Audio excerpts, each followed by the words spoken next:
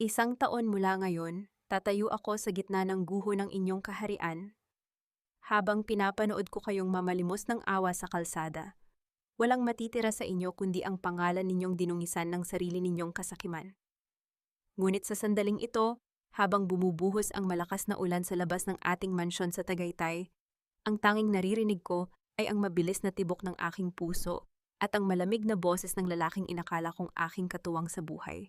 May isang lihim na nakatago sa aking mga daliri, isang code na wawasak sa lahat ng inyong pinaghirapan. Ngunit bago ko iyon bitawan, kailangan ko munang lasapin ang bawat patak ng inyong kataksilan. Maribel, let's be honest. You're just a housewife. You have no value in this corporate world kung wala ang apelidong Castillo. Ang boses ni Adrian ay parang kaskas ng patalim sa aking pandinig. Nakatayo siya sa harap ng naglalagablab na fireplace. Ang liwanag ng apoy ay nagbibigay ng nakakatakot na anino sa kanyang mukha. Sa ibabaw ng lamesang mahoganya, nakalatag ang mga papel na magtatapos sa 12 taon ng aking pagsasakripisyo. Huwag ka nang mag-eskandalo, Maribel. Maayos na ang lahat. Camilla and her family are already waiting for the merger. Tanggapin mo na lang na hanggang dito na lang ang papel mo sa buhay ko. Hindi ako kumibo. Nanatili akong nakatayo, ang aking mga kamay ay dahan-dahang pinupunasan ang mantsa ng tsa sa aking palda. Walang panginginig, walang luha. Ang bawat salita niya ay parang isang brick na inilalagay ko sa pundasyon ng aking bagong sarili. Adrian, isipin mo naman ang mga bata. Bisperas ng Pasko ngayon, mahinahon kong sabi. Ang boses ko ay parang yelo na dahan-dahang pumuputok. The children will stay here. They deserve a Castillo lifestyle, not the life of a struggling architect's daughter, singgit ni Doña Beatriz habang pababa ng hagdan. Ang tunog ng kanyang mga takong sa marmol na sahig ay parang mga martilyong tumatama sa aking dibdib. Huwag kang umarte na parang biktima, Maribel. You've enjoyed our wealth for years. It's time to pay the debt. Lumapit si Doña Beatriz sa akin. Ang amoy ng kanyang mamahaling pabango ay humahalo sa amoy ng basang lupa mula sa labas. Kinuha niya ang aking bag at marahas itong itinapon sa pinto. Ang tunog ng pagbagsak ng bag sa sahig ay umalingaw-ngaw sa buong sala. Umalis ka na, ngayon din, bago pa dumating ang mga bisita para sa Noche Buena. Ayaw kong makita ang pagmumukha mo sa pamamahay na ito.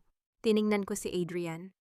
Inaasahan kong may kahit kaunting awa sa kanyang mga mata, ngunit ang nakita ko lang ay ang pagkainip. Tumingin siya sa kanyang relo. 10 minuto na lang at magsisimula na ang kanyang live broadcast para sa anunsyo ng bagong proyekto ng Castillo Group, ang Ciudad de Oro. Isang proyektong ninakaw niya mula sa aking mga blueprint. Fine, sabi ko. Isang maikling salita na nagpatahimik sa kanilang dalawa. Dahan-dahan akong naglakad patungo sa hagdan para kunin ang aking mga anak. Hindi ako tumakbo. Ang bawat hakbang ko ay may bigat ng isang desisyong wala nang balikan. Pagbaba ko kasama ang 2 kong anak na mahigpit na nakakapit sa aking mga kamay, nakita ko si Camilla na nakatayo sa tabi ni Adrian. Nakasuot siya ng pulang dress, tila ba siya na ang bagong reyna ng mansyon. I'm sorry, Maribel. Business is business, nakanggiting sabi ni Camilla. Ang kanyang boses ay puno ng mapait na katuwaan. Ngumiti ako ng bahagya. Isang ngiting hindi nila kayang basahin. Business indeed, bulong ko. Habang naglalakad ako palabas ng mansyon patungo sa malakas na ulan, naramdaman ko ang lamig ng gabi na tumatama sa aming balat. Ang tunog ng pagsasara ng malaking pinto sa aming likuran ay tila isang hatol ng kamatayan para sa pamilya Castillo. Sumakay kami sa aking lumang sasakyan na nakaparada sa labas ng gate. Inayos ko ang seatbelt ng aking mga anak at tiningnan sila sa rearview mirror. Mama, saan tayo pupunta? Tanong ng aking panganay. Ang kanyang boses ay nanginginig sa takot. Pupunta tayo sa lugar kung saan walang makakaabot sa atin, sagot ko. Kinuha ko ang aking cellphone. Sa screen, lumitaw ang isang countdown timer. 5 minuto na lang bago mag-live si Adrian sa harap ng buong bansa. Isang huling slide ng aking daliri sa screen ang nag-trigger ng isang command na matagal ko nang inihanda. Sa loob ng Castillo Group server, ang bawat file ng Ciudad de Oro, ang mga blueprint, ang mga structural analysis, ang lahat ng dokumentong gagamitin ni Adrian sa kanyang presentation ay kasalukuyan ng binubura at pinapalitan ng isang watermark na hindi nila kayang alisin. MV Herrera, the real architect. Adrian, bulong ko habang pinapaandar ang makina ng sasakyan. Akala mo ba ay madali mo akong maitatapon? You just signed the foreclosure of your own empire. Habang humaharurot ang sasakyan palayo sa mansyon, narinig ko ang malakas na pagkulog sa langit. Kasunod ang tunog ng notification sa aking relo. Ang system ng Castillo Group ay opisyal ng nakalock at ang tanging susi ay nasa kamay ng babaeng kakatapon lang nila sa ulan.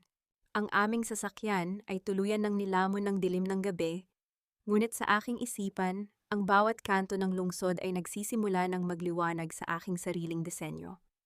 Hindi pa tapos ang audit, Adrian. At sa susunod nating pagkikita, hindi na ako ang asawa mong sumusunod sa bawat utos mo. Ang bawat patak ng ulan sa labas ng bintana ng maliit na condo unit na ito ay tila mga segundo ng isang orasan na mabilis na tumatakbo patungo sa pagkawasak ng mga kastilo. Hindi ito ang marangyang mansyon sa Tagaytay, ngunit dito, sa loob ng 4 na dingding na ito na matagal ko nang binayaran gamit ang aking lihim na sahod bilang MV Herrera, nararamdaman ko ang tunay na kalayaan. Walang boses ni Doña Beatriz na laging nagdidikta. Walang mapanuring mata ni Adrian na laging naghahanap ng aking pagkakamali. Maingat kong inihiga ang aking 2 anak sa malinis at tuyong kama. Pinagmasdan ko ang kanilang mga payapang mukha. Sila ang tanging dahilan kung bakit hindi ako bumigay sa gitna ng 12 taong pang-aapi. Para sa kanila, kailangang maging matatag ang pundasyon ng bagong buhay na ito. Isang pundasyong hindi na kailanman nakadepende sa isang lalaking ang tanging alam ay magnakaw ng liwanag ng iba. Binuksan ko ang aking laptop. Ang liwanag ng screen ay tumama sa aking mukha, sa gitna ng madilim na silid. Pumasok ako sa balita sa social media. Gaya ng inaasahan, nagkakagulo na ang mundo ng mga Kastilo. Ang live broadcast ni Adrian para sa Ciudad de Oro ay naging isang pampublikong kahihiyan. Sa halip na ang mga marangyang arkitektura ng kanyang pangarap na lungsod, ang tanging nakita ng libu-libong nanonood ay isang itim na screen na may malaking pulang marka ng aking pangalan. Ang mga reporter ay nagsisimula ng magtanong. Ang mga investors ay nagsisimula ng magpanic. Nararamdaman ko ang tamis ng katarungan sa bawat error message na lumalabas sa kanilang system. Maribel, what have you done? Bulong ko sa sarili ko habang isang mapait na ngiti ang sumilay sa aking mga labi. Hindi pa ako nagsisimula, Adrian. Ito pa lang ang preliminary inspection. Tumunog ang aking cellphone. Isang unknown number. Alam ko kung sino ito. Architect Herrera, or should I call you Mrs. Castillo? Ang malalim at baritono na boses ni Mateo Salazar ay umalingaw-ngaw sa kabilang linya. Maribel will do, attorney, malamig kong sagot. Handa na ba ang mga dokumento? Everything is ready, ang petition for sole custody at ang temporary restraining order laban sa pamilya Castillo ay ihahain natin bukas ng 8:00 ng umaga. But Maribel, you have to be careful. Doña Beatriz is calling every contact she has in the government. They are trying to trace your location. Hayaan mo silang maghanap sa dilim, Mateo. Ang isang arkitekto ay hindi gumagawa ng bahay na walang secret exit. Hirit ko habang mabilis na pinuputol ang aming koneksyon para hindi matrace. Makalipas ang 1 oras, nakatayo ako sa harap ng isang gusali sa Makati. Isang opisina na walang pangalan sa labas, ngunit puno ng mga lihim sa loob. Dito ko tatagpuin si Mateo. Ang tunog ng aking mga hakbang sa malamig na semento ng parking lot ay tila isang babala sa sinumang susubok na humarang sa aking daan. Pagpasok ko sa loob, nadatnan ko si Mateo na nakatayo sa harap ng isang malaking glass board na puno ng mga larawan at dokumento ng Castillo Group. Tumingin siya sa akin, ang kanyang mga mata ay puno ng isang klase ng determinasyon na bihira kong makita sa mga taong nakapaligid sa akin. Salamat sa pagdating, Maribel, sabi ni Mateo habang inilalapag ang isang brown envelope sa mesa. Alam kong pagod ka na, but you need to see this. Dahan-dahan kong binuksan ang envelope.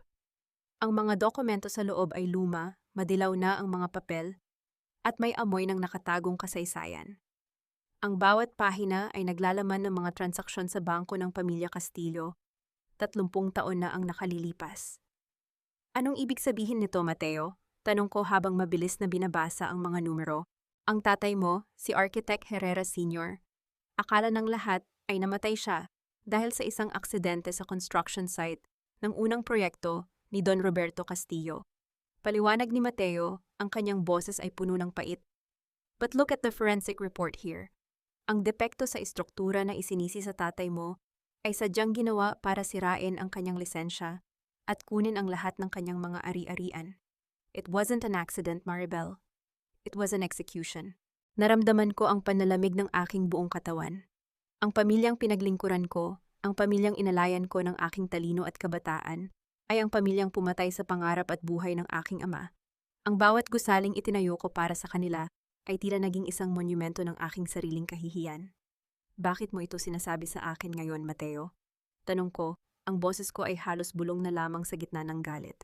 Because I'm not just a lawyer seeking justice, Maribel, sabi niya habang dahan-dahang tinatanggal ang kanyang suot na salamin. I am Mateo Salazar Castillo, ang anak na pilit nilang itinago sa mundo dahil bunga ako ng isang pagkakamali ni Don Roberto. Pareho tayong biktima ng kanilang kasamaan. At ngayon, oras na para tayo naman ang magdisenyo ng kanilang pagbagsak. Sa labas, ang tunog ng kulog ay muling umalingaw, kasunod ang biglang pagbukas ng pintuan ng opisina. Isang lalaki ang pumasok, hinihingal, at basang-basa ng ulan. Ang tauhan ni Mateo. Attorney ma'am, nakita na nila ang sasakyan niyo sa labas. Papunta na rito ang security ng Castillo Group kasama ang mga pulis. May bitbit silang warrant para sa kidnapping ng mga bata. Nanigas ako sa aking kinatatayuan.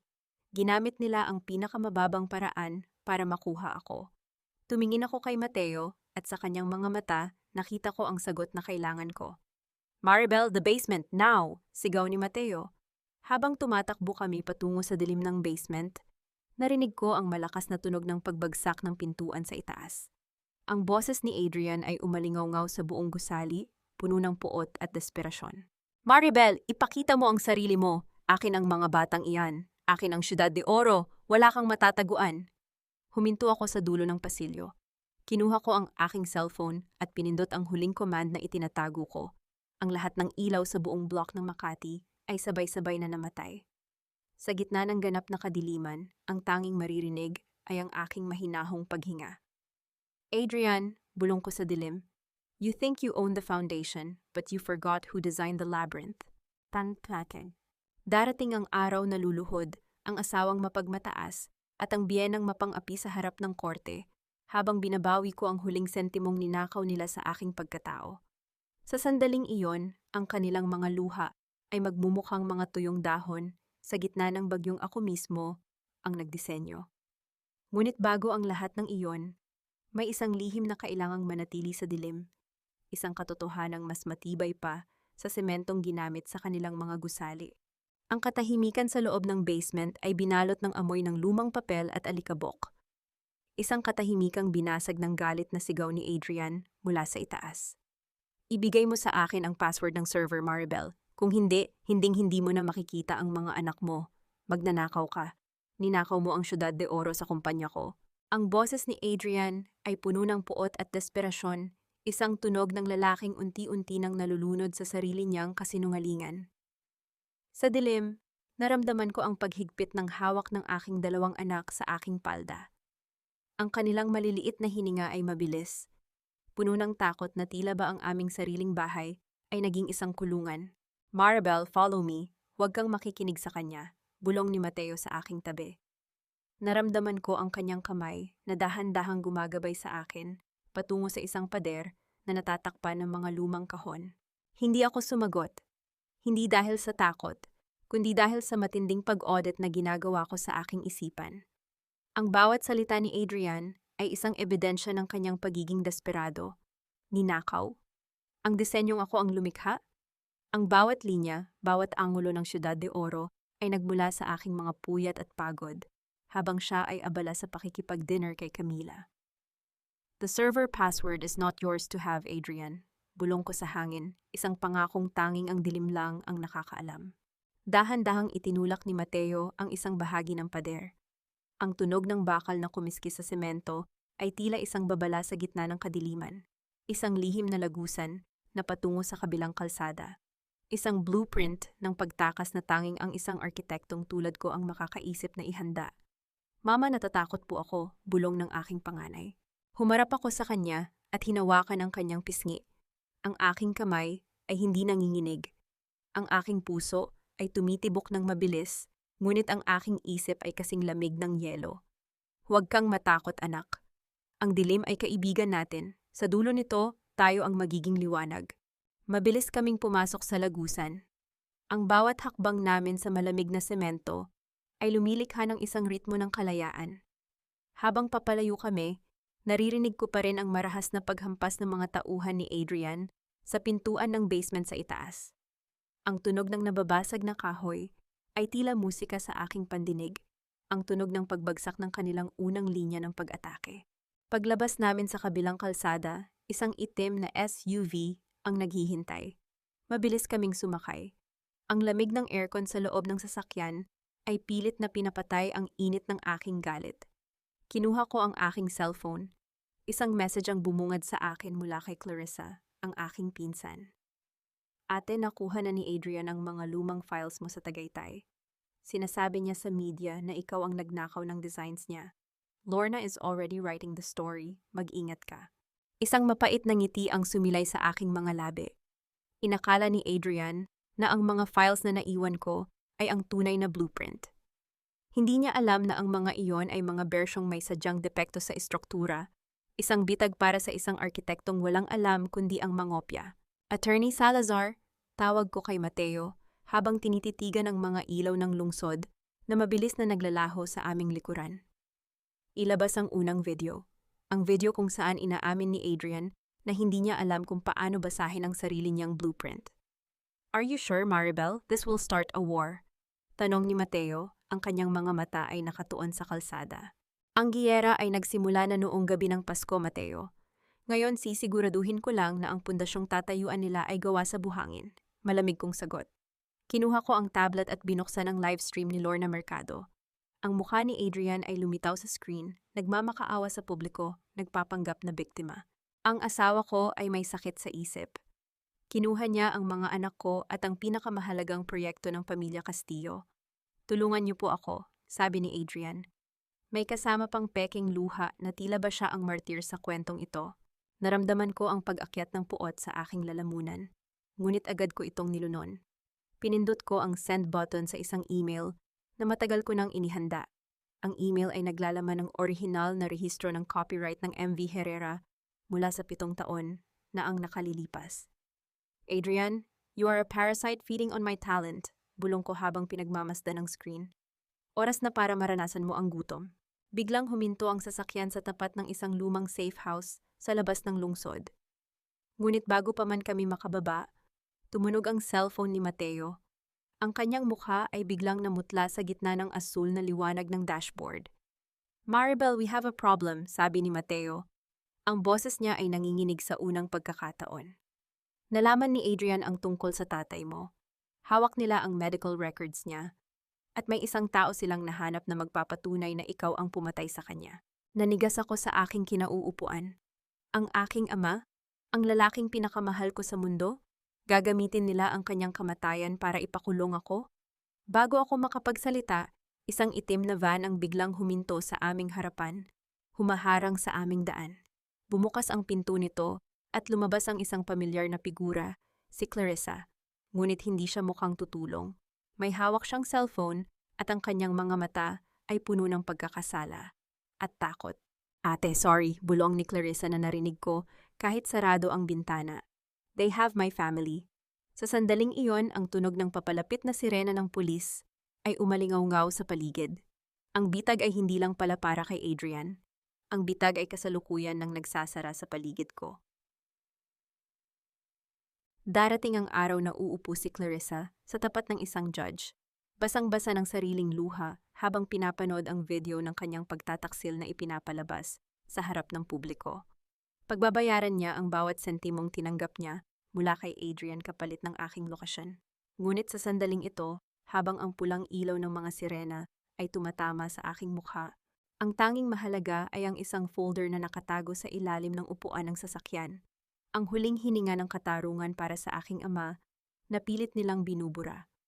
Isang maling galaw lang ng mga Kastilo at ang buong pundasyon ng kanilang dangal ay guguho sa isang click ko lang, ngunit may isang piraso ng puzzle na hindi ko inaasahan.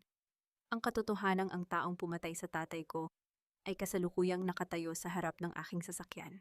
Maribel, bumaba ka dyan! Ibalik mo sa akin ang mga anak ko bago ko ipag-utos sa mga pulis na barilin ang sasakyang iyan.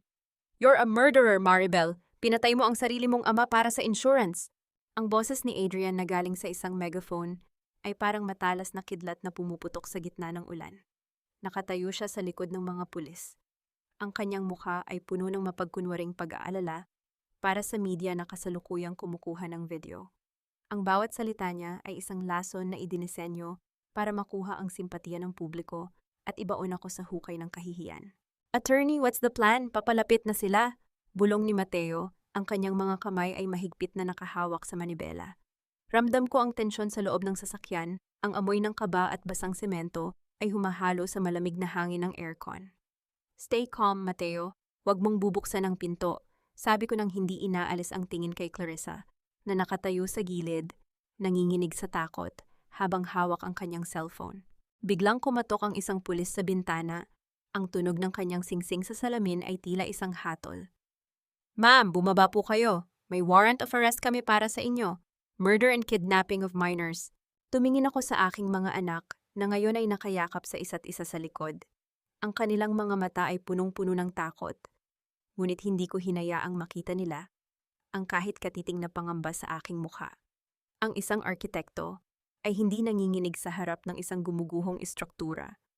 Tinitingnan niya kung saan ang main beam na kailangang putulin. Adrian, sigaw ko. Binuksan ko ng bahagya ang bintana, sapat lang para marinig niya ang aking boses na kasing lamig ng yelo. You want the children? You want the server password? Then tell your Marites blogger to stop the live stream. O baka gusto mong mapanood ng buong Pilipinas kung paano mo ginagamit ang mga pulis para itago ang sarili mong krimen? Anong sinasabi mo? Sumuko ka na, Maribel! Check the medical records. Ang gamot na ibinigay mo sa tatay mo bago siya namatay, may lason iyon.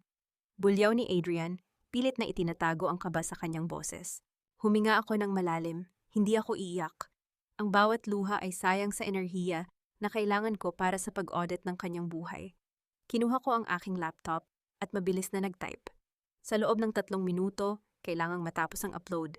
Kung hindi, tuluyan na kaming makukulong sa bitag na ito. Clarissa! Tawag ko sa aking pinsan. Lumingon siya, ang kanyang mga mata ay punong-puno ng pagsisisi. Is it worth it? Ang perang ibinayad sa iyo ni Doña Beatriz, sapat ba iyan para pambili ng konsensya? Ate, sorry, kinuha nila si nanay. Hikbi ni Clarissa, ang boses niya ay halos malunod sa tunog ng ulan at sirena. Biglang tumunog ang aking laptop. Isang malamig na ngiti ang sumilay sa aking mga labi. Tumingin ako kay Mateo at tumango. Dahan-dahan kong binuksan ang pinto ng sasakyan at lumabas sa gitna ng ulan. Ang lamig ng tubig na tumatama sa aking balat ay tila nagpapatalas sa aking isipan. Officer, I will cooperate. Sabi ko sa pulis. Itinaas ko ang aking mga kamay nang may dangal na tila ba ako ay nasa isang awarding ceremony at hindi sa isang aresto. Ngunit bago niyo ako dalhin, baka gusto niyo munang tingnan ang inyong mga cellphone. Isang gift of Christmas ang ipinadala ko sa bawat news outlet sa Manila. Napatigil ang lahat. Ang mga reporter na kanina ay nakatutok sa akin ay biglang tumingin sa kanilang mga gadgets. Ang mukha ni Adrian ay unti-unting nawalan ng kulay, naging kasing puti ng papel. Sa screen ng bawat cellphone sa lugar na iyon, lumitaw ang isang audio recording. Hindi ito boses ko. Ito ay boses ni Don Roberto Castillo, ang tatay ni Adrian, na may petsang 1 linggo bago mamatay ang tatay ko. Isang recording kung saan inuutusan niya si Adrian na palitan ang gamot ni Architect Herrera para hindi mabunyag ang pandaraya sa Ciudad de Oro. That's a lie! Fake news yan! Sigaw ni Adrian. Akmang susugurin ako ngunit pinigilan siya ng mga pulis. Ang audio na iyan ay may digital signature ng inyong sariling security system, Adrian. Ang system na ako ang nagdisenyo. Malamig kong hirit habang lumalapit sa kanya. Ang bawat hakbang ko sa putikan ay tila pagdurog sa kanyang pagkatao. Ina-audit ko ang bawat segundo ng buhay niyo sa mansyong iyon. Akala niyo ba ay bulag ako? I was just waiting for you to hang yourself with your own rope. Lumingon ako sa mga pulis. Now, sino ang aarestuhin niyo? Ang babaeng naghahanap ng katarungan o ang lalaking pumatay sa kanyang biyenan para sa pera? Katahimikan. Ang tanging maririnig ay ang patak ng ulan sa mga sasakyan. Ngunit sa gitna ng tensyon, isang itim na van ang mabilis na humarurot patungo sa kinaroroonan namin. Hindi ito pulis. Hindi ito media. Bumukas ang pinto ng van at isang matandang babae ang lumabas, si Doña Beatriz. Ngunit hindi siya galit. Ang kanyang mukha ay puno ng isang nakakatakot na ngiti habang may hawak na isang piraso ng papel. "You're very smart, Maribel. But you forgot one thing," sabi ni Doña Beatriz. Ang boses niya ay kasing talim ng labaha. "Ang recording na yan ay hindi tatanggapin sa korte. Bakit? Dahil ang tatay mo, hindi siya namatay sa lason. Buhay ang tatay mo, Maribel, at hawak ko siya. Nanigas ang aking buong pagkatao. Ang tatay ko, buhay? If you want to see him again, give us the MV Herrera credentials. Ngayon din, o baka gusto mong manood ng isang real-time demolition?" Biglang nag-vibrate ang aking relo. Isang video call ang pumasok. Pagpindot ko, nakita ko ang isang madilim na kwarto at isang matandang lalaki na nakatali sa isang silya, ang aking tatay. Sa tabi niya ay isang ticking timer na may nakasulat na, "Maribel Chus," bulong ni Doña Beatriz sa aking tenga. "Your career or your father's last breath?" Yung bawat segundo sa timer na nakikita ko sa screen ay tila isang malaking pako na ibinabaon sa aking puso. Ngunit sa halip na sumabog sa iyak, ang aking isipan ay naging kasing talas ng isang scalpel. 1 minuto at 50 segundo.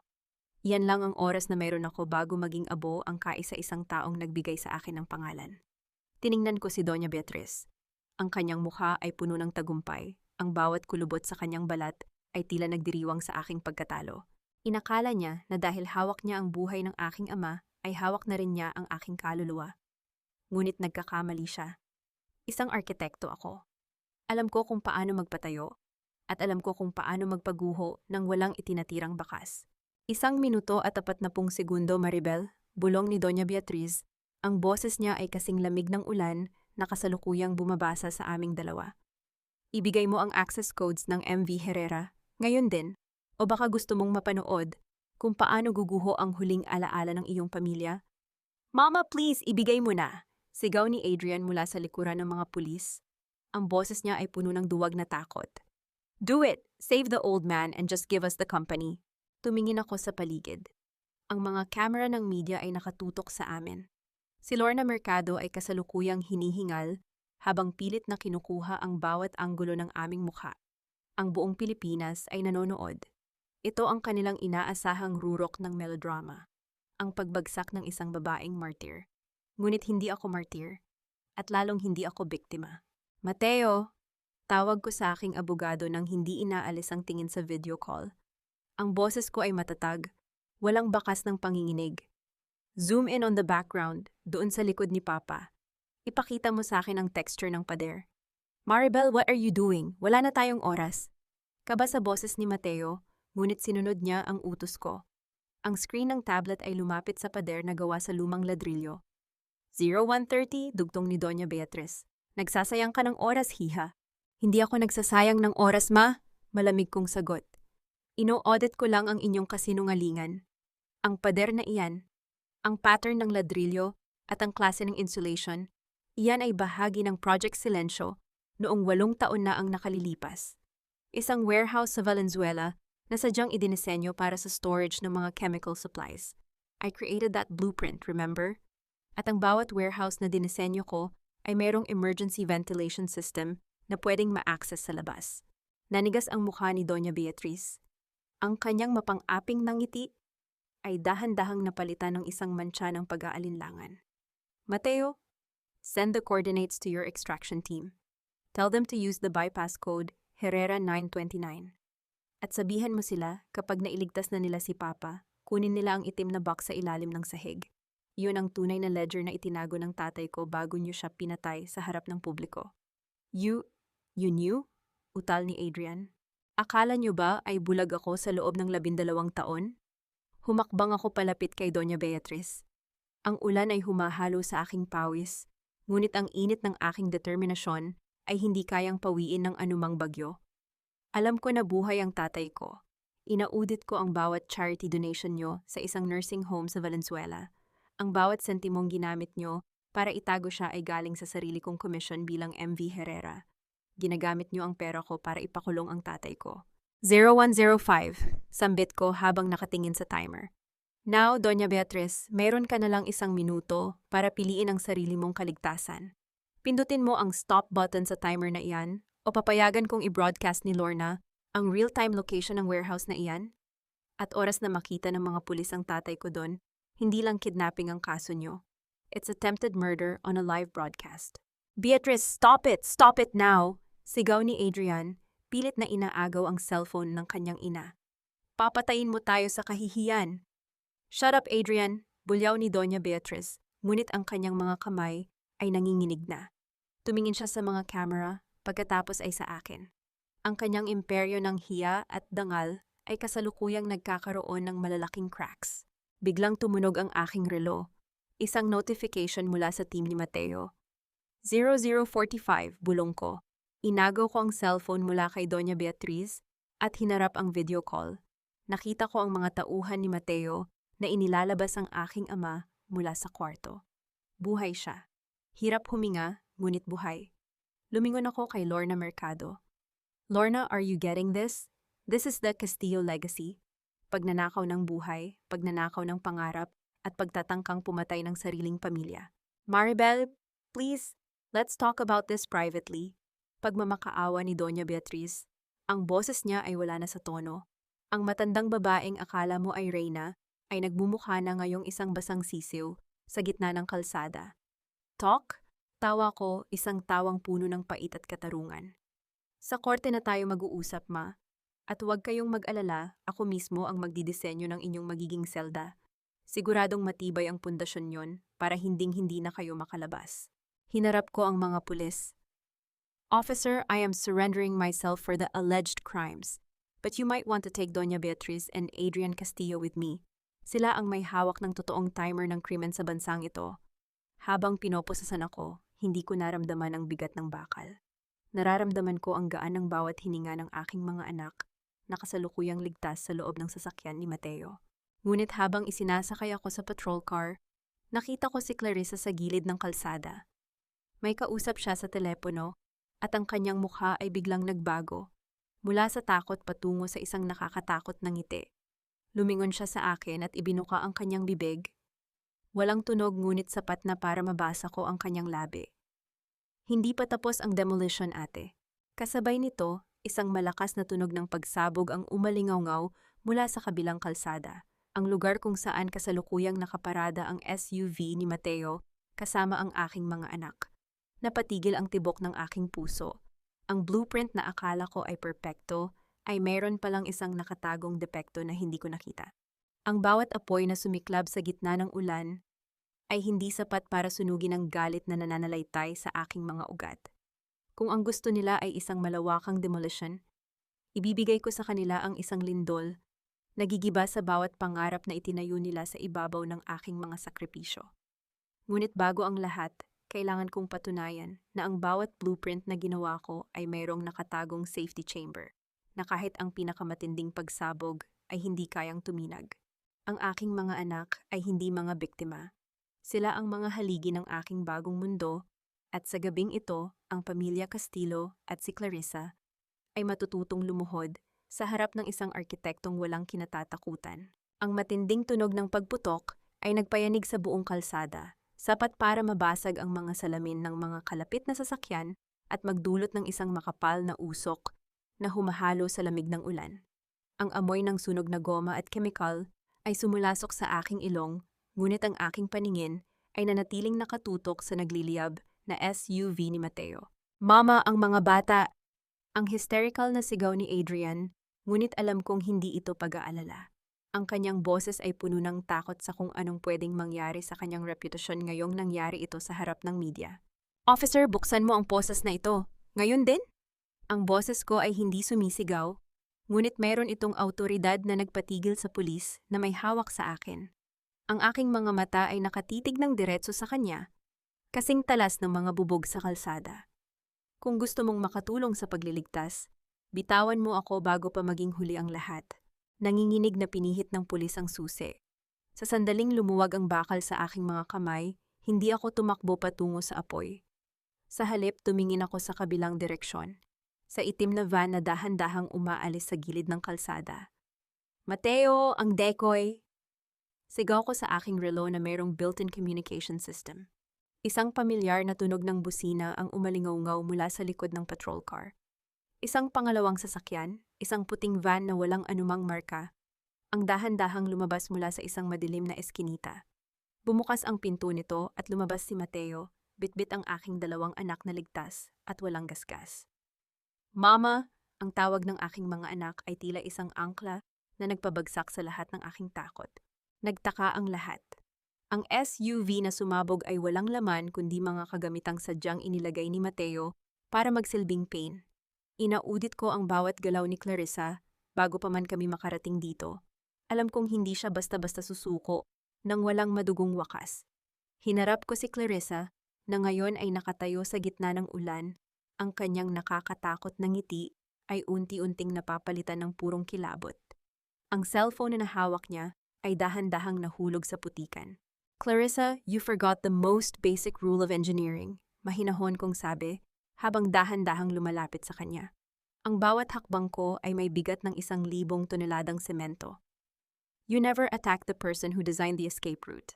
Ang bawat spyware na inilagay mo sa laptop ko ay ginamit ko para malaman kung sino ang nag-utos sa iyo na maglagay ng bomba sa sasakyan ni Mateo. Ate, hindi ko ginusto ito, utal ni Clarissa. Ang kanyang boses ay halos malunod sa tunog ng ulan. Lorna, are you still live? Talinghaga ko sa blogger na kasalukuyang nakatutok ang camera sa amin. I-zoom mo ang mukha ni Clarissa. Ipakita mo sa buong mundo ang mukha ng isang pinsan na handang pumatay ng mga bata para sa pera ng mga Kastilo. Lumingon ako kay Adrian at Doña Beatriz na ngayon ay pilit na inilalayo ng kanilang mga abogado sa gulo. Huwag kayong aalis, hindi pa tapos ang aking final inspection. Ang pagsabog na yan, hindi lang iyan basta gulo. Iyan ang hudyat ng automatic foreclosure ng Ciudad de Oro. Anong sinasabi mo, Maribel? Singhal ni Doña Beatriz. Ang kanyang mukha ay kasing puti na ng kanyang mga perlas. Sa ilalim ng bawat kontrata na pinirmahan ni Adrian, mayroong safety and integrity clause. Any act of terrorism or violence involving the stakeholders of the project will trigger an immediate termination of the contract and the return of all intellectual rights to MV Herrera. Ang pagsabog na itinanim nyo, iyan ang pumutok sa inyong sariling ari-arian. Napaupo si Adrian sa basang semento. Ang lalaking akala mo ay hari ay isa na lamang tumpok ng basang basura sa gitna ng kalsada. Ang kanyang imperyo ay gumuho hindi dahil sa akin, kundi dahil sa sarili nilang kasamaan na sadyang ginawan ko ng tamang daluyan. Mateo, dalhin mo ang mga bata sa safe house. I will handle the police records. Utos ko sa aking abogado. Tumingin ako kay Mateo at sa isang maikling saglit, nakita ko ang paghanga sa kanyang mga mata. Isang paghangang hindi para sa isang biktima, kundi para sa isang reyna na muling nakuha ang kanyang korona. Humarap ako sa mga reporter. This is not a tragedy, this is a renovation. At sa bagong disenyo ng aking buhay, wala nang puwang para sa mga anay na tulad ninyo. Habang isinasakay sina Adrian at Doña Beatriz sa hiwalay na sasakyan ng pulis para sa investigasyon ng pagsabog, lumapit sa akin si Clarissa, pilit na humahawak sa aking paa. Ate, patawarin mo ako. Kinuha nila si nanay. Tumingin ako sa kanya nang walang anumang emosyon. Inaudit ko na rin ang nursing home kung saan niyo itinago ang nanay mo, Clarissa. She's already safe with my father. Ang tanging entry na naiwan sa ledger mo ay ang iyong sentensya. Goodbye, Clarissa. Tumalikod ako at naglakad patungo sa sasakyan ni Mateo. Ngunit bago ako makapasok, naramdaman ko ang isang kakaibang panginginig ng aking cellphone. Isang unknown message mula sa isang encrypted source. The bomb wasn't from the Castillos, Maribel. Check the wiring. Your father has a secret partner you don't know about. Napatigil ang aking hininga. Tumingin ako sa likuran, sa nagliliyab na sasakyan, at sa aking ama na kasalukuyang inilalabas sa kabilang van.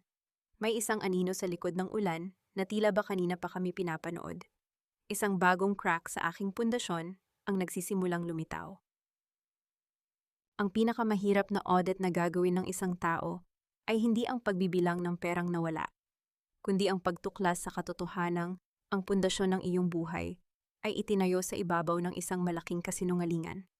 Isang blueprint na hindi gawa sa lapis at papel, kundi sa dugo ng mga taong pinagkatiwalaan mo. Sa sandaling ito, habang pinapanood ko ang mga bumbero na sinusugpo ang huling apoy mula sa dekoy na sasakyan, hindi ko maramdaman ang init. Ang tanging nararamdaman ko ay ang lamig ng mensaheng kasalukuyang nakatitig sa akin mula sa screen ng aking cellphone. Kung hindi ang mga Kastilyo ang naglagay ng bomba, sino ang may kakayahang pasukin ng aming anino? Mateo, kailangan nating tingnan ang mga labi ng sasakyan.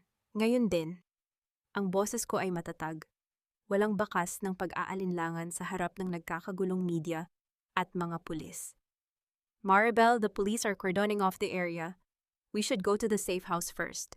Priority ang safety ni Leo at Sofia. Sagot ni Mateo, ang kanyang mga mata ay pabalik-balik sa akin at sa kanyang mga tauhan. The children are safe with your team, Mateo. Pero ang bombang iyon, it was professional. Hindi iyon gawa ng isang desperadong Adrian Castillo. I know his style, he's loud but messy. Ang pagsabog na iyon ay malinis, kalkulado. It was a surgical strike. Paliwanag ko habang dahan-dahang lumalapit sa guho ng SUV. Hindi pinapansin ang mga babala ng mga awtoridad. Yumuko ako sa basang semento, pinagmamasdan ang mga sunog na kable na nakasabit sa ilalim ng chassis. Bilang isang arkitekto, alam ko ang pagkakaiba ng isang istrukturang gumuho dahil sa aksidente at isang istrukturang sadyang pinabagsak. Maingat kong kinuha ang isang maliit na piraso ng metal gamit ang aking panyo. Isang maliit na relay switch. At sa likod nito, mayroong isang maliit na ukit na sadyang itinago. Isang titik S. Naramdaman ko ang paglamig ng aking hininga. Tumingala ako kay Mateo na kasalukuyang nakikipag-usap sa telepono. Salazar. Mateo, bakit may tatak ng kumpanya ng tatay mo ang relay switch na ito? Tanong ko, ang boses ko ay kasing talim ng isang pako. Napatigil si Mateo sa pag-uusap. Dahan-dahan niyang ibinaba ang kanyang cellphone at tumingin sa akin. Ang kanyang mukha ay hindi nagbago, ngunit may isang kakaibang kislap sa kanyang mga mata na hindi ko nakita noon. Isang kislap ng isang taong huling-huli na sa kanyang sariling laro. Maribel, let's talk about this in private. Maraming nakikinig, mahinahon niyang sabi, ngunit ramdam ko ang tensyon sa hangin. Hindi ako kumibo. Tumalikod ako at naglakad patungo sa van kung nasaan ang aking ama. Nadatnan ko siyang nakaupo sa gilid ng stretcher. Nanginginig ang mga kamay habang humahawak sa isang baso ng tubig. Ang kanyang mga mata ay nakatitig sa kawalan. Tila ba may nakikita siyang multo na hindi namin maabot. Papa, tawag ko sa kanya. Inilapag ko ang aking kamay sa kanyang balikat. Naramdaman ko ang buto ng kanyang balikat, payat at marupok. Sino si Victor Salazar sa buhay mo? Nabitiwan ni Papa ang baso ng tubig. Ang tunog ng pagbasag ng bubog sa sahig ay umalingaw-ngaw sa loob ng van. Isang matalim na tunog sa gitna ng katahimikan. Tumingala siya sa akin, ang kanyang mga mata ay puno ng luha at purong kilabot. Maribel, anak, hindi dapat tayo bumalik. Ang Ciudad de Oro, hindi iyon disenyo ng mga Kastilyo. At hindi lang iyon sa akin, hikbi ni Papa. Si Victor Salazar, siya ang silent partner. Siya ang nagbigay ng pondo para sa mga illegal na transaksyon ni Roberto Castillo kapalit ng kalahati ng iyong mga disenyo. At Mateo doesn't know the whole truth. Or maybe he knows too much. Naramdaman ko ang pag-ikot ng paligid. Ang lalaking inakala kong kakampi ko sa laban na ito, ang lalaking tumulong sa akin na itayo muli ang aking dangal, ay may dalang mas malalim na mantsa kaysa sa mga Kastilyo. Ang bawat tulong ni Mateo ay tila isang entry sa isang ledger na hindi ko nabasa ang fine print. Ilang taon niyo itong itinago sa akin, Papa? Tanong ko, ang boses ko ay punong-puno ng pait. 12 taon akong naging alila sa mga Kastilyo, habang ang tatay ko at ang tatay ng abogado ko ay nagpaplano kung paano paghahatian ang aking talino. Ginawa ko lang iyon para protektahan ka, Maribel. Victor was dangerous, pagtatanggol ni Papa. Ang proteksyong gawa sa kasinungalingan ay isang kulungang walang rehas, Papa. Malamig kong sagot. Lumabas ako ng van at hinarap si Mateo. Kasalukuyan siyang nakatayo sa ilalim ng ulan, ang kanyang suit ay basang-basa, tila isang rebulto ng katarungang may nakatagong lason. Mateo, o dapat ba kitang tawaging Architect Salazar? Panimula ko. Ina-audit ko ang bawat kilos ni Adrian, pero nakalimutan kong i-audit ang taong nagbigay sa akin ng mga dokumento. Ang bomba sa sasakyan, it wasn't meant to kill the children. It was a warning for me to stop digging into the Salazar-Castillo partnership, wasn't it? Maribel, you're overthinking this. My father is dead, and I am here for you, sabi ni Mateo. Humahakbang siya palapit sa akin. Huwag kang lalapit. Sigaw ko, inilabas ko ang aking cellphone at mabilis na nag-swipe. Sa loob ng 10 segundo, ang lahat ng files na ibinigay mo sa akin ay dadaan sa isang independent forensic audit sa Singapore. Kung may isang piraso ng kasinungalingan dyan tungkol sa kumpanya ng tatay mo, Mateo, sisiguraduhin kong kasama ka sa guguho ngayong gabi. Maribel, wait. Bago pa siya makatapos, isang itim na SUV ang mabilis na huminto sa aming gilid. Bumukas ang pinto at 2 lalaking nakamaskara ang mabilis na lumabas. Hindi nila target si Mateo. Target nila ang aking ama. Ang tunog ng isang mabilis na putok ng baril ay bumasag sa gabi. Hindi ito bala kundi isang tranquilizer dart na tumama sa balikat ni Mateo nang tangkaing harangin ang mga lalaki. Bumagsak si Mateo sa putikan. Mabilis nilang hinila si Papa palabas ng van. Wala akong nagawa kundi panoorin ang huling alaala ng aking pamilya na muling kinukuha ng dilim. Bago tuluyang sumara ang pinto ng SUV, isang boses ang narinig ko mula sa loob. Isang boses na mas matanda, mas malakas, at mas nakakatakot kaysa kay Adrian. Ang disenyo ay sa akin, Maribel. You're just the hand that drew it. Naiwan akong mag-isa sa gitna ng ulan habang ang mga sirena ng pulis ay papalapit na. Tiningnan ko si Mateo na kasalukuyang walang malay sa aking paanan. Ang blueprint ng aking buhay ay tuluyan ng nagka-crack at sa ilalim nito, nahanap ko ang isang demonyong mas matanda pa sa aking galit. Ang audit ay hindi pa tapos. Sa katunayan, nagsisimula pa lang ang tunay na paniningil.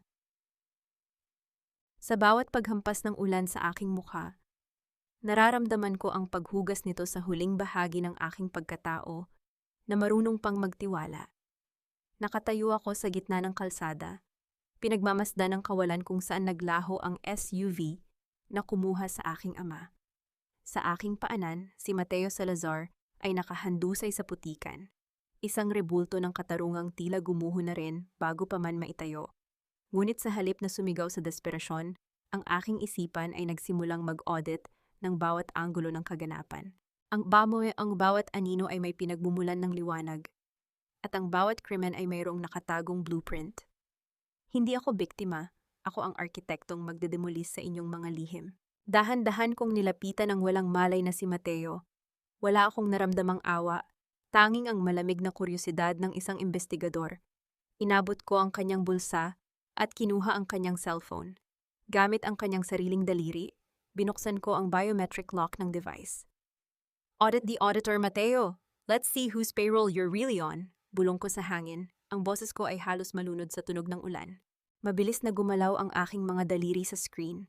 Hindi ako naghahanap ng mga text message o tawag. Dumiretso ako sa kanyang encrypted navigation history. Doon nahanap ko ang isang lokasyong hindi nakatala sa kahit anong mapa ng lungsod. Isang coordinate sa ilalim mismo ng itinatayong Ciudad de Oro. Isang basement level 4 na wala sa mga opisyal na blueprint na ipinasa ni Adrian sa gobyerno. Napatigil ang aking hininga ng sandali. Ang Ciudad de Oro ay hindi lang isang marangyang proyekto. Ito ay isang higanteng vault na itinayo sa ibabaw ng mga lihim ng aking ama at ni Victor Salazar. Mama, natatakot po kami. Ang boses ng aking anak mula sa kabilang sasakyan ay nagpabalik sa akin sa realidad. Lumingon ako sa aking mga anak. Sila ang aking pinakamahalagang pundasyon. Sofia, Leo, makinig kayo kay Tito Fred. Dadalhin kayo sa isang lugar na ligtas. Mama has to fix one last structural defect. Pinanood ko ang pag-alis ng sasakyan ng aking mga anak. Nang masiguro kong malayo na sila, hinarap ko ang papalapit na mga pulis. Ngunit bago pa sila makalapit, isang pamilyar na boses ang narinig ko mula sa mga speaker ng paligid. Isang broadcast na sadyang ginawa para sa akin. Maribel Herrera, o mas kilala bilang MV Herrera, you thought you were the one playing the game, but every line you drew, every angle you calculated, was part of a larger design. The Ciudad de Oro is not yours. It never was. Ito ang boses ng matandang lalaki sa SUV, Victor Salazar. Ang lalaking akala ng lahat ay matagal nang pumanaw. Victor Salazar, sabi ko ng malakas. Tinitiyak na maririnig ako ng mga media na kasalukuyang nakatutok ang mga kamera sa akin. You can hide behind your shadows and your fake deaths, but you can't hide from the numbers. Ina-audit ko ang pondo ng Ciudad de Oro. Ang perang ginagamit niyo ay galing sa serye ng mga dummy accounts na nakapangalan sa asawa niyo at kay Doña Beatriz. If you take my father, you're taking the only person who can unlock the second encryption of those funds. Tumawa ang boses mula sa speaker, isang tunog na parang kaskas ng tuyong semento. You're bold, Maribel, just like your mother. Too bad she didn't survive her own audit. Naramdaman ko ang pagtigas ng aking panga. Ang aking ina. Namatay siya sa isang aksidente. Sa construction site noong bata pa ako. Ngayon, unti-unti nang nagtatagpi-tagpi ang mga piraso. Hindi aksidente ang pagkamatay ng aking mga magulang. Ito ay isang serye ng mga cleansing para manatiling lihim ang korupsyon ng mga Castillo at Salazar. Maribel, stop! Isang mahinang boses ang narinig ko mula sa aking paanan. Si Mateo. Dahan-dahan siyang bumabangon. Ang kanyang mukha ay puno ng sakit at matinding kahihiyan. My father, he's not who I thought he was. I swear I didn't know he was alive. Whether you knew or not doesn't change the liability, Mateo. Malamig kong sagot habang binubuksan ang pinto ng aking sasakyan. Ang utang ng tatay mo ay utang mo na rin ngayon. If you want to prove your innocence, get me into the Ciudad de Oro, ngayon din. It's a suicide mission, Maribel. The security is tighter than a bank vault. Banta ni Mateo habang pinupunasan ang putik sa kanyang mukha. Then it's a good thing I'm the one who designed the ventilation and the structural weak points. Sabi ko nang may isang mapanganib na ngiti. Javier thought he was buying a masterpiece. He didn't know he was buying his own tomb. Mabilis kaming humarurot patungo sa construction site ng Ciudad de Oro. Sa gitna ng dilim, ang dambuhalang istruktura ay tila isang halimaw na naghihintay na lamunin kami. Ang mga crane ay parang mga skeletal hands na nakaturo sa langit. Pagdating namin, ang gate ay balot ng mga security personnel na nakauniforme ng itim. Hindi ito mga ordinaryong guard. Sila ay mga paramilitar na tauhan ni Victor Salazar. Mateo, use your Salazar credentials. Tell them you're here to deliver the final audit for your father, utos ko. Habang papasok kami sa gate, kinuha ko ang aking tablet. Sinimulan kong i-bypass ang security system ng gusali. Sa bawat click ko, nararamdaman ko ang pagbagsak ng kanilang mga depensa. Ang Ciudad de Oro ay mayroong tinatawag na demolition protocol. Bulong ko habang pinapanood ang mga code na tumatakbo sa screen. Isang serye ng mga magnetic locks na kapag na-trigger ay ikukulong ang lahat ng nasa loob. If Victor Salazar wants to claim my design, then he will have to stay inside it forever. Ngunit sa gitna ng aking pag-a-access, isang error message ang lumitaw. Napatigil ako. Si Adrian, ang lalaking inakala kong wala ng silbi, ay mayroon pa palang isang huling alas na hawak. Maribel, look! Sigaw ni Mateo. Sa tuktok ng gusali, isang malakas na spotlight ang bumukas. Nakita ko ang isang figura na nakatayo sa gilid ng helipad. Si Adrian. Hawak niya ang aking ama at sa kabilang kamay, mayroon siyang hawak na detonator. Maribel, if you don't give me the MV Herrera Master Key, susunugin ko ang tatay mo kasama ng gusaling ito. Sigaw ni Adrian, ang kanyang boses ay puno ng baliw na katuwaan. Tumingin ako sa timer sa aking tablet. Ang demolition protocol ay mayroon na lamang 10 minuto bago ito mag-auto-execute dahil sa dami ng failed login attempts ko. Adrian, you're standing on a structural defect. Sigaw ko pabalik. Ang helipad na yan ay hindi kayang suportahan ang bigat ng galit mo. Ang cliffhanger ay tila isang ticking bomb sa gitna ng ulan. Ang aking ama, ang aking karera, at ang aking katarungan ay kasalukuyang nakasalalay sa isang hibla ng bakal. Isang maling desisyon at ang lahat ng aking pinaghirapan ay magiging abo. Ang bawat gusali ay mayroong tinatawag na critical point, isang bahagi ng istruktura na kapag tinamaan, ang lahat ng marangyang pader at matatayog na haligi ay magiging alikabok lamang. Habang nakatayo ako sa dulo ng helipad, sinalubong ng malakas na hangin at ulan ang aking mukha. Napagtanto ko na ang pamilya Castillo at Salazar ay kasalukuyang nakatayo sa sarili nilang critical point. Walang puwang para sa takot. Ang bawat tibok ng aking puso ay kasing tumpak ng isang digital level. Ang bitag na itinayo ni Adrian ay gawa sa bakal at galit, ngunit ang blueprint na hawak ko ay gawa sa katotohanang hindi nila kayang burahin. 7 minuto, Adrian. 7 minuto na lang bago mag-lock ang bawat pinto ng Ciudad de Oro at mag-initiate ang structural collapse. Ang sigaw ko ay nangingibabaw sa dagundong ng kulog. Do you really think a detonator can save you? You're holding a toy in a room full of real bombs. Natawa si Adrian, isang tawang puno ng desperasyon at kabaliwan, habang mas lalong hinigpitan ang pagkakasakal sa aking ama. Ang dulo ng detonator ay nakatapat sa dibdib ni Papa. Huwag mo akong lokohin, Maribel.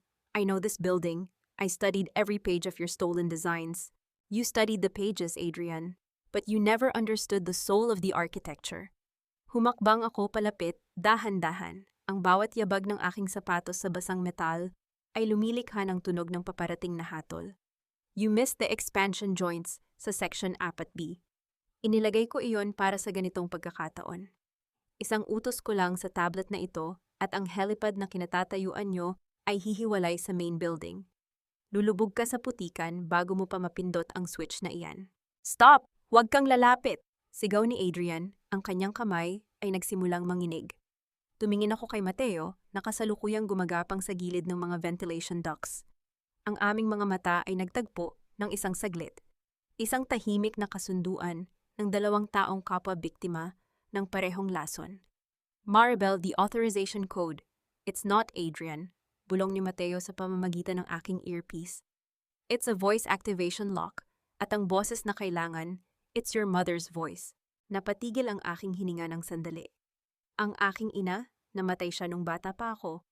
Paano magkakaroon ng voice authorization ang isang taong matagal nang wala? 5 minutes! Ang boses ni Victor Salazar ay muling umalingaw-ngaw mula sa mga speaker ng helipad. Maribel, do you want to hear your mother's voice one last time? Give me the MV Herrera credentials and I will play the recording that will stop the demolition. Sa sandaling iyon, ang galit ko ay naging kasing lamig ng yelo. Ginamit nila ang boses ng aking ina para maging susi ng kanilang korupsyon. Inaudit ko ang bawat dumi ng kanilang negosyo, ngunit hindi ko inakalang pati ang alaala ng aking ina ay gagawin nilang collateral. Mama, Maribel, anak, huwag. Ang mahinang boses ni Papa ay tila isang huling hininga sa gitna ng unos. Huwag mong ibigay, let it collapse. Shut up, old man, bulyaw ni Adrian habang inihahanda ang detonator. Kinuha ko ang aking tablet at mabilis na nag-type ng isang bagong sequence. Hindi para itigil ang demolition, kundi para i-override ang audio system ng buong Ciudad de Oro. Adrian, look at the screen behind you, utos ko. Sa dambuhalang LED screen ng helipad, lumitaw ang isang video. Hindi ito ang recording ni Victor Salazar. Ito ay ang real-time bank statement ng mga hidden accounts ni Camila Reyes, ang babaeng akala ni Adrian ay kakampi niya. Habang abala ka sa paghabol sa akin, Adrian, ang iyong mahal na si Camila ay kasalukuyang inililipat ang lahat ng natitirang assets ng Castillo Group patungo sa isang dummy corporation na pagmamay-ari ni Mateo Salazar. Malamig kong hirit.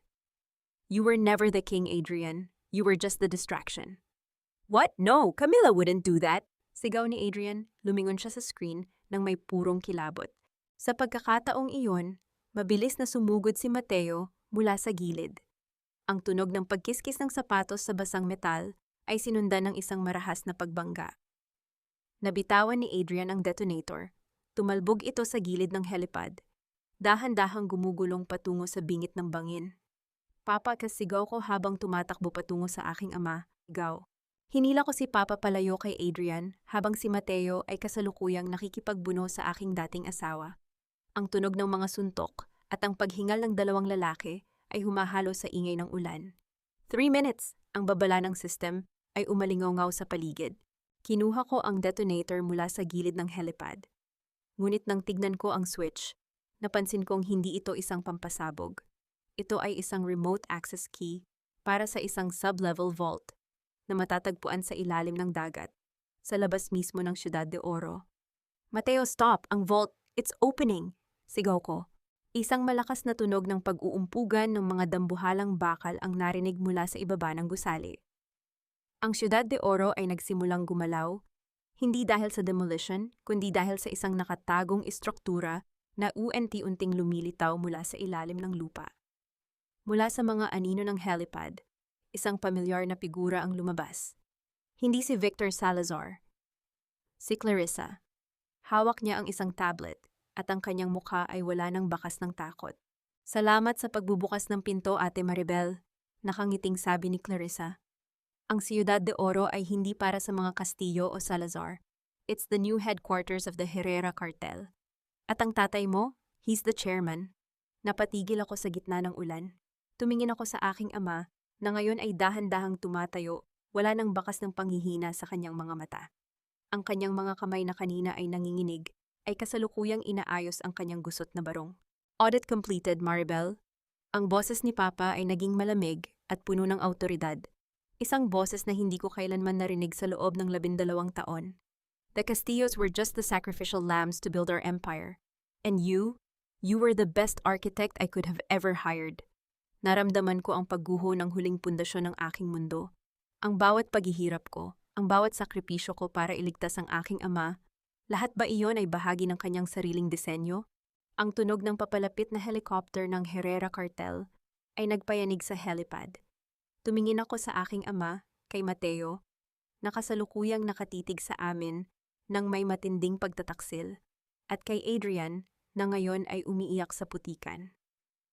I am MV Herrera, bulong ko sa aking sarili, habang ang hangin ay mas lalong lumalakas. And I don't build empires for traitors, even if they are my own blood. Pinindot ko ang huling button sa aking tablet, ang Absolute Demolition Override. Ang buong Ciudad de Oro ay nagsimulang yumanig ng mas matindi kaysa sa anumang lindol. Ang mga huling segundo ng countdown ay nagsimulang tumakbo. Isang malaking bitak ang lumitaw sa gitna ng helipad, pinuputol ang ugnayan namin sa mundong pilit nilang ninakaw sa akin. Sa loob ng 3 taon mula ngayon, ang pangalang Herrera ay hindi na may uugnay sa isang criminal na kartel, kundi sa isang pundasyon na nagpapatayo ng mga paaralan at ospital para sa mga mahihirap. Ang mga taong nag-akalang ang aking talino ay isang kasangkapan lamang para sa kanilang kasakiman ay mabubulok sa mga seldang ako mismo ang nagdisenyo ng seguridad. Walang matitira sa Ciudad de Oro, kundi ang abo ng kanilang mga kasinungalingan. Isang huling pirma na lamang ang kailangan. At ang bawat sentimong ninakaw nila sa sambayan ng Pilipino ay babalik sa mga tunay na may-ari nito. Anak, huwag mong sayangin ang pagkakataong ito. You are a Herrera. Ang dugong dumadaloy sa iyo ay dugong asul, dugong may kapangyarihan. Join me at gagawin nating sentro ng mundo ang Pilipinas sa ilalim ng ating disenyo. Ang boses ni Papa ay kasing lamig ng marmol. Walang bahid ng pagsisisi habang nakatayo sa gitna ng helipad. Na tila ba isa siyang Diyos na nagmamasid sa kanyang nilikha. Nakatingin siya sa akin ng may pagmamalaki, ngunit hindi pagmamalaki ng isang ama, kundi ng isang negosyanteng nakakita ng kanyang pinakamahusay na produkto. Papa, ina-audit ko ang buhay ko sa piling ng mga Castillo sa loob ng 12 taon. Akala ko sila ang anay na sumisira sa pundasyon ko. Hindi ko inakalang ang mismong arkitekto na nagturo sa akin ng unang linya ng pagguhit ang siyang nagtanim ng bomba sa ilalim ng aking paa. Ang boses ko ay matatag, parang bakal na dumaan sa apoy. Hindi ako umiiyak. Ang bawat luhang dapat sana ay para sa aking ama ay natuyo na sa tindi ng puot na nararamdaman ko. Maribel, be reasonable. Wealth is the only language this world understands. Singhal ni Papa habang dahan-dahang lumalapit sa akin. Wealth without integrity is just a high-rise building on a swamp, Papa. It's destined to sink, malamig kong sagot. Tiningnan ko ang tablet sa aking kamay. 10 segundo, ang demolition protocol ay hindi para sa gusaling ito. It's for your digital empire. Anong sinasabi mo? Ang boses ni Papa ay nagkaroon ng mantsa ng kaba. Bago ako umakyat dito, inilipat ko ang lahat ng data ng Herrera Cartel sa server ng International Anti-Money Laundering Council. The encryption key you were asking for, hindi iyon para buksan ang vault. It was a Trojan horse that uploaded your entire transaction history to the authorities. Napatigil ang mundo ni Papa. Ang kanyang mukha na kanina ay punong-puno ng awtoridad ay biglang naging kasing puti ng papel. Mabilis na tumunog ang kanyang cellphone, isang serya ng mga notifications ng pag-freeze ng kanyang mga accounts sa Switzerland, Cayman Islands, at Singapore.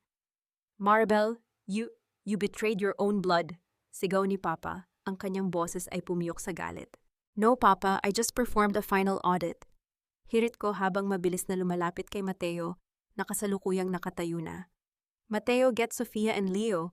The police helicopter is already on the south wing.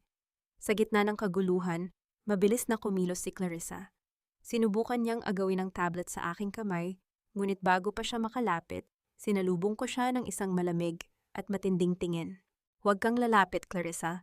Ang bawat komisyon na tinanggap mo mula kay Papa at kay Adrian ay nakatala na rin sa report. You're not an architect of your destiny. You're just a subcontractor of a criminal. Napaupo si Clarissa sa basang metal ng helipad. Ang kanyang mga mata ay puno ng purong kilabot. Tumingin ako kay Adrian na ngayon ay tila isang basang sisiw sa gilid. Hindi makapaniwalang ang babaeng itinapon niya sa ulan ang siyang nagpabagsak sa lahat. Adrian, you were right about one thing, sabi ko habang inihahanda ang aking pag-alis. Business is business, and in my books, you are a total loss. Ang tunog ng papalapit na mga helicopter ng pulis ay umalingaw-ngaw sa buong Ciudad de Oro. Ang malalakas na searchlight ay tumama sa aming mga mukha, tila isang banal na liwanag na naglalantad sa bawat dumi ng aming nakaraan. Hinarap ko si Papa sa huling pagkakataon. Ang lalaking inalayan ko ng aking talino ay kasalukuyang pinaliligiran ng mga autoridad. Dangal, Papa. Yun ang disenyong hindi mo kailanman natutunan, bulong ko bago ako tumalikod. Habang isinasakay ako sa helicopter kasama sina Mateo at ang aking mga anak, pinanood ko ang pagliit ng Ciudad de Oro mula sa itaas. Ang dambuhalang gusaling iyon ay tila isang mantsa sa gitna ng lungsod, isang monumentong sumisimbolo sa kasakiman ng tao. Maribel, it's finally over, bulong ni Mateo sa aking tabi habang mahigpit na hawak ang aking kamay. Ang init ng kanyang palad ay nagbigay ng kakaibang ginhawa sa aking pagkatao. Hindi pa, Mateo, sagot ko habang nakatingin sa abot-tanaw. Ang demolition ay tapos na. Ngayon, sisimulan ko na ang pagtatayo ng isang pundasyong hindi na muling matitibag. Naramdaman ko ang paggalaw ng helicopter palayo sa kapahamakan. Ngunit biglang tumunog ang isang notification sa aking relo. Isang encrypted video file mula sa aking ina na may petsang bago siya mamatay. Binuksan ko ang file ng may nanginginig na kamay. Sa screen lumitaw ang mukha ng aking ina, may pasa sa mukha ngunit ang mga mata ay puno ng apoy. Maribel, anak, kung pinapanood mo ito, ibig sabihin ay nalaman mo na ang totoo. Huwag kang maniniwala sa tatay mo. Ang Ciudad de Oro ay merong nakatagong Vault Zero. Sa loob niyon ay ang ebidensyang magpapatunay na hindi si Victor Salazar o ang mga Castillo ang pumatay sa akin. It was your father's first project. Napatigil ang aking hininga. Ang huling kabanata ng audit na ito ay meron pa palang nakatagong liability. Ang tatay ko, hindi lang nagnakaw ng talino, ninakawan niya ako ng ina. Mama, bulong ko sa gitna ng ingay ng helicopter. Tumingin ako sa ibaba, sa madilim na karagatan sa gilid ng Ciudad de Oro. Sa ilalim ng mga alon, naroon ang huling piraso ng katarungan na kailangan kong makuha. Ang blueprint ng aking paghihiganti ay meron pang isang pahinang kailangang lagdaan. Tatayo ako sa harap ng bagong gawang monumentong ito, hindi para magluksa, kundi para ipagdiwang ang pagtatapos ng pinakamahabang audit sa aking buhay. Ang bawat sentimong ninakaw, ang bawat pangarap na dinungisan, at ang bawat buhay na kinuha ay meron ng katapat na halaga sa aking ledger. Sa ilalim ng payapang dagat na ito, nakabaon ang huling piraso ng kadiliman na minsang nagtangkang sumakal sa aking pagkatao. Hawak ko ang huling susi, hawak ko ang dangal ng aking ina, at sa isang huling desisyon tuluyan ko nang isasara ang mga libro ng pamilya Herrera at Castillo. Mateo, ibaba mo ang helicopter sa South Platform. Ngayon din, ang boses ko ay walang emotion, kasing tigas ng bakal na bumubuo sa Ciudad de Oro. Maribel, nabubaliw ka na ba? Nag-uumpisa ng gumuho ang ibabang bahagi ng gusali. Ang mga autoridad ay naroon na. Hayaan mo na silang gumawa ng trabaho? Ang bawat salita ni Mateo ay puno ng kaba. Ang kanyang mga kamay ay mahigpit na nakahawak sa aking balikat. Hindi sila ang arkitekto ng gusaling ito, Mateo. Hindi nila alam kung nasaan ang Vault Zero at hindi nila alam kung paano ito bubuksan nang hindi sumasabog ang buong sublevel. Tumingin ako sa kanya. Ang aking mga mata ay nagniningas sa malamig na apoy ng katarungan. Isang utang ito na kailangan kong kolektahin para sa aking ina. I cannot leave this entry open. Sa kabila ng panganib, dahan-dahang bumaba ang helicopter patungo sa platapormang kasalukuyang hinahampas ng malalakas na alon. Ang tunog ng pag-ikot ng mga elise ay tila isang babala. Ngunit sa aking isipan, mayroon lamang isang direksyon. Pababa. Bantayan mo ang mga bata, Mateo. If I'm not back in 5 minutes, paliparin mo na ito palayo. Iyon ang huling audit order ko. Sabi ko bago ako tumalon pababa sa basang plataporma. Mabilis akong tumakbo patungo sa service elevator na tanging ako lang ang nakakaalam. Ang bawat yabag ng aking sapatos sa bakal ay umalingaw-ngaw sa gitna ng ingay ng bagyo. Pagpasok ko sa loob, Naramdaman ko ang mabilis na pagbaba ng elevator patungo sa kailaliman ng Ciudad de Oro. Ang lamig ay unti-unting nanunuot sa aking balat, isang lamig na nagmumula sa sementong nakalubog sa dagat. Nang bumukas ang pinto, bumungad sa akin ang isang silid na gawa sa makapal na titanium, Vault Zero, isang lihim na silid na itinayo sa ilalim ng mga ilegal na pondo ng aking ama. Sa gitna nito, nakita ko ang isang maliit na pedestal na mayroong biometric scanner. Hindi daliri ni Papa ang kailangan nito. Inilabas ko ang aking locket, ang tanging alaala na iniwan ni Mama.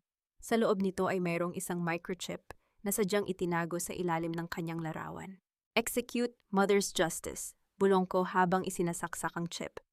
Isang malakas na tunog ng pag-atras ng mga dambuhalang bolts ang narinig ko sa loob ng katahimikan. Ang pinto ng vault ay dahan-dahang bumukas. Inilalantad ang laman nito. Walang ginto, walang pera. Ang tanging naroon ay isang serye ng mga diary at isang digital recorder na may pangalan ko. Kinuha ko ang recorder at pinindot ang play. Ang boses ni Mama ay umaling-aungaw, puno ng takot ngunit may kasamang matinding pagmamahal. Maribel, kung naririnig mo ito, ibig sabihin ay nahanap mo na ang katotohanan. Ang tatay mo, si Victor. Ginawa niyang negosyo ang bawat buhay na nakapaligid sa kanya. Pinatay niya ang pangarap ko dahil tumanggi akong maging bahagi ng kanyang kartel. Huwag kang maging katulad niya, anak. Be the architect of truth, not of lies. Naramdaman ko ang pagtigas ng aking panga.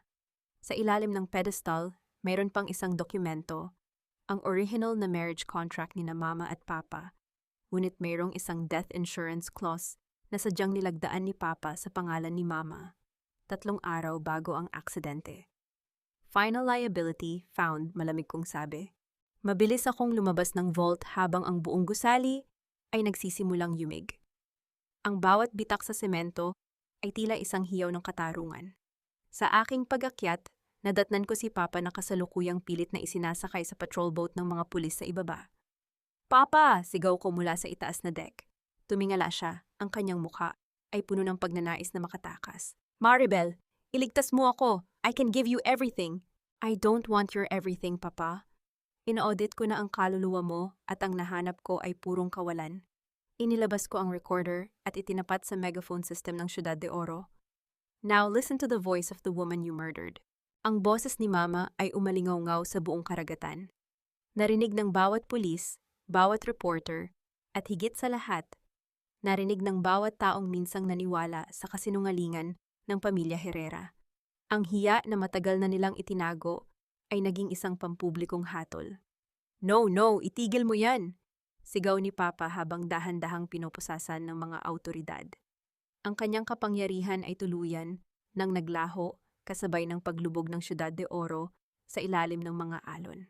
Mabilis akong nakabalik sa helicopter ni Mateo bago tuluyang gumuho ang plataporma. Habang papataas kami, pinanood ko ang dambuhalang gusali na dahan-dahang nilalamon ng dagat. Ang bawat marangyang palapag na itinayo sa kasinungalingan ay naglaho na parang bula. Maribel, you did it. It's finally closed. Bulong ni Mateo, ang kanyang boses ay puno ng paghanga at ginhawa. Tumingin ako sa aking mga anak na kasalukuyang mahimbing na natutulog sa likod. Walang malay sa bagyong kakatapos lang naming lagpasan. Inayos ko ang buhok ni Sofia at hinalikan ang noo ni Leo. Hindi pa ito ang huli, Mateo. Sabi ko habang nakatingin sa abot-tanaw kung saan nagsisimula ng sumilip ang bukang liwayway. The demolition is done. Tomorrow we start the real construction, a life built on truth. Ang tunog ng paglayo ng helicopter ay tila isang maikling pahinga sa gitna ng aking mahabang paglalakbay. Ang pamilya Castillo, si Clarissa, at ang aking sariling ama ay magiging mga aral na lamang sa aking ledger. 1 taon na ang lumipas mula nang huling pumatak ang ulan sa guho ng Ciudad de Oro, at sa bawat araw na nagdaan mula noon, unti-unting nabura ang amoy ng usok at lason sa aking buhay. Nakatayo ako ngayon sa balkonahe ng aking bagong opisina sa Makati, tinitingnan ang abalang kalsada sa ibaba. Ang bawat sasakyan at taong nagmamadali ay tila mga entries sa isang napakalaking ledger ng buhay. At sa pagkakataong ito, hindi na ako ang tagabilang lamang. Ako na ang arkitekto ng aking sariling tadhana. Ang Herrera Legacy at Women's Foundation ay hindi lamang isang kumpanya ng arkitektura. Ito ang aking sagot sa 12 taon ng pananahimik. Sa bawat pader na aming itinayo, mayroong kwento ng isang babaeng muling bumangon mula sa kanyang sariling pagkawasak. Kumusta na ang mga taong minsang naging anino ng aking gabi? Si Adrian Castillo ay kasalukuyang nagsisilbi ng kanyang sentensya sa loob ng rehas dahil sa pagnanakaw ng intelektual na ari-arian at malawakang korupsyon. Wala na ang kanyang marangyang suit at ang aroganteng ngiti. Ang nakita ko sa huli naming pag-uusap sa bisita ay isang lalaking durog, matanda na bago ang kanyang panahon, at patuloy na nagtatanong kung saan siya nagkamali. Hindi ko siya sinagot. Ang pananahimik ko ang huling audit na hindi niya kailanman matatapos. Si Doña Beatriz ay nananatili sa isang maliit na apartment sa probinsya, malayo sa ingay ng high society na dati ay itinuturing niyang mundo. Ang hiya na matagal niyang iniwasan ay naging kaisa na ng kanyang pang-araw-araw na realidad. Balita ko ay wala nang nakikinig sa kanyang mga kwento tungkol sa yaman ng mga Kastilyo. Ang kanyang imperyo ay naging isang kwentong bayan na lamang na puno ng babala. Si Clarissa, sa kabilang dako, ay naging state witness laban sa aking ama kapalit ng mas maikling sentensya. Sa bawat sulat na ipinapadala niya sa akin mula sa kulungan, nararamdaman ko ang kanyang paghingi ng tawad. Ngunit gaya ng isang depektibong istruktura, ang tiwala ay hindi basta-basta na ibabalik sa isang pinturang bago lamang. Hinayaan ko siyang mabuhay sa kanyang sariling pagsisisi. At ang aking ama, si Victor Herrera, pumanaw siya sa loob ng ospital ng kulungan 2 buwan na ang nakalilipas. Sa kanyang huling sandali, hindi katarungan ang hiningi niya, kundi ang aking presensya. Hindi ako pumunta. Ang huling kabanata ng aming ugnayan ay natapos na sa sub-level vault ng Ciudad de Oro. Ang kanyang pangalan ay binura ko na sa lahat ng aking mga proyekto, hindi dahil sa galit, kundi dahil sa katotohanan. Maribel, the board is waiting. We have a new project for a housing community sa Tagaytay. Ang boses ni Mateo Salazar ay pumutol sa aking malalim na pag-iisip. Lumingon ako sa kanya. Si Mateo ay nananatiling aking pinakamaasahang partner. Walang pangako ng kasal, walang matatamis na salita na gawa sa hangin. Ang aming ugnayan ay itinayo sa pundasyon ng respeto at katapatan. Isang disenyo na mas matatag kaysa sa anumang romantikong ilusyon. Coming Mateo, nakangiti kong sagot. Pinagmasdan ko ang aking 2 anak, sina Sofia at Leo, na kasalukuyang nagdodrawing sa gilid ng aking opisina. Ang kanilang mga tawa ay ang pinakamagandang musika na narinig ko sa loob ng maraming taon. Sila ang aking Ciudad de Oro, ang tunay na lungsod ng ginto na kailanman ay hindi magugiba. Para sa mga babaeng nakikinig sa aking kwento, ito ang huling inspection. Ang katarungan ay hindi laging dumarating sa paraang inaasahan natin. Minsan, ito ay dumarating sa anyo ng isang babaeng natutong magsabi ng hindi. Isang babaeng natutong bumitaw sa mga taong kumukuha ng kanyang liwanag. Huwag kayong matakot na gibain ang isang buhay na hindi naman talaga para sa inyo. Dahil sa bawat demolition, mayroong pagkakataong magtayo ng isang bagay na mas matibay, mas totoo, at mas malaya. Ang aking pangalan ay Maribel Villanueva Herrera. Minsan akong naging anino sa likod ng pangalan ng iba, ngunit ngayon, ako na ang liwanag na nagdidisenyo ng sarili kong abot-tanaw. Ang audit ay opisyal ng sarado. Ang bawat sentimo ng aking kaluluwa ay nabawi ko na.